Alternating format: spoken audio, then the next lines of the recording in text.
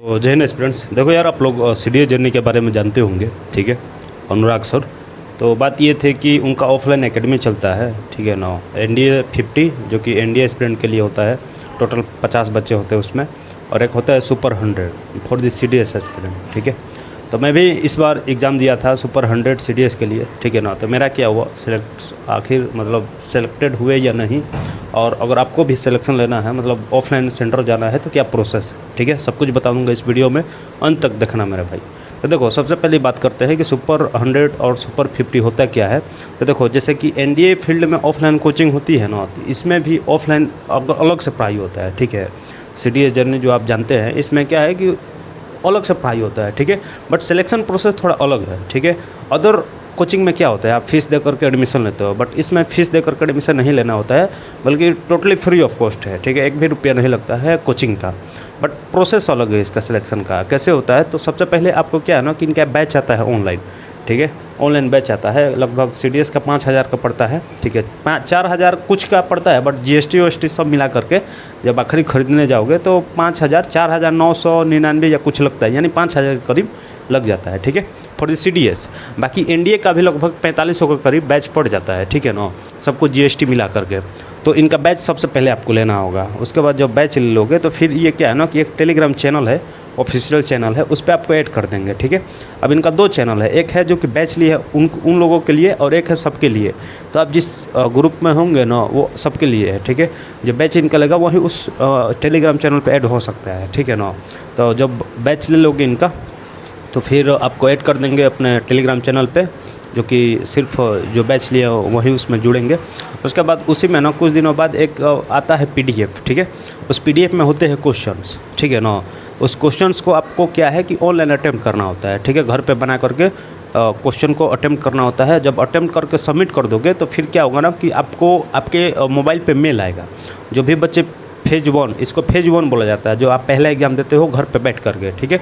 तो जब आपका फेज़ 1 क्लियर हो जाता है तो आपको मेल आता है मोबाइल पे, जो कि आप जब अपना बैच लेते हो तो वहाँ पे नंबर पूछता है। तो जिस नंबर जो भी ईमेल आईडी डालते हो उसी पे आपको मेल आता है कि आप सिलेक्टेड हो चुके हो फेज़ 2 के लिए, ठीक है।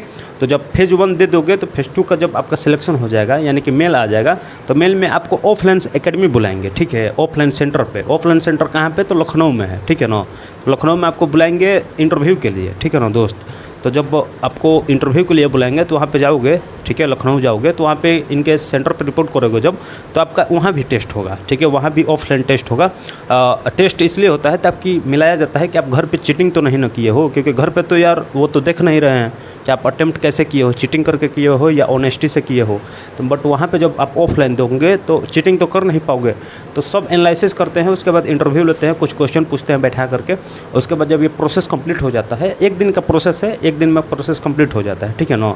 जब प्रोसेस कंप्लीट हो जाता है, जब आप घर पे आते हो तो आपको एक मेल आता है कुछ दिनों बाद, ठीक है, मेल आता है, ठीक है।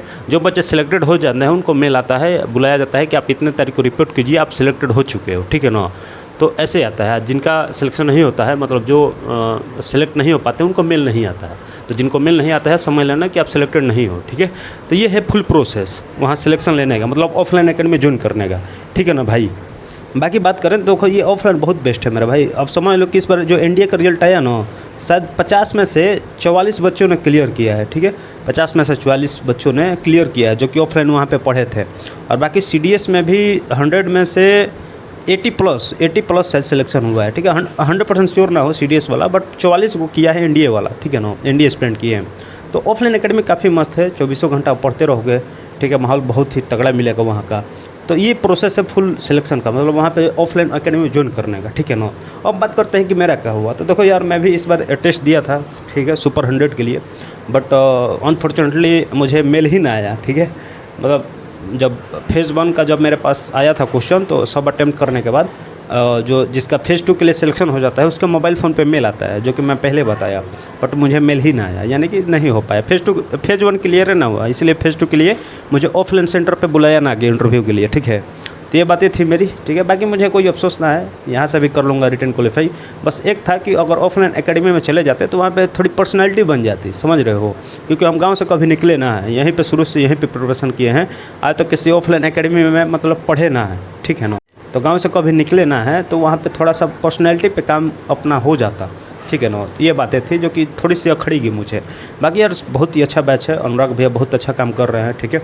मैं उनसे एनडीए फील्ड में भी काफ़ी जुड़ा था, काफ़ी हेल्प मिली थी उनसे, काफ़ी उनका लेक्चर देखा था, ठीक है। तो उनका भी काफ़ी योगदान है मेरे एनडीए रिटन क्वालिफाई कराने में।